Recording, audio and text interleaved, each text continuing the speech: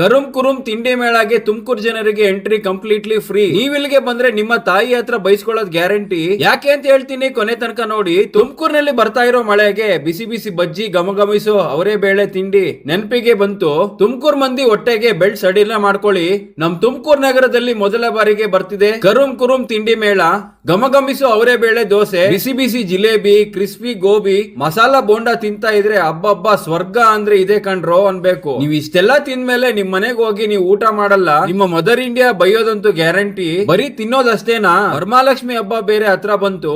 ನಿಮ್ಮ life partner ಗೆ grand shopping ಮಾಡಿಸಿ ಸೈಲೆಂಟ್ ಮಾಡೋ ಸುವರ್ಣಾವಕಾಶ. ಸೀರೆಗಳು, German silver jewellery, home decor ಎಲ್ಲವೂ ಒಂದೇ ಕಡೆ.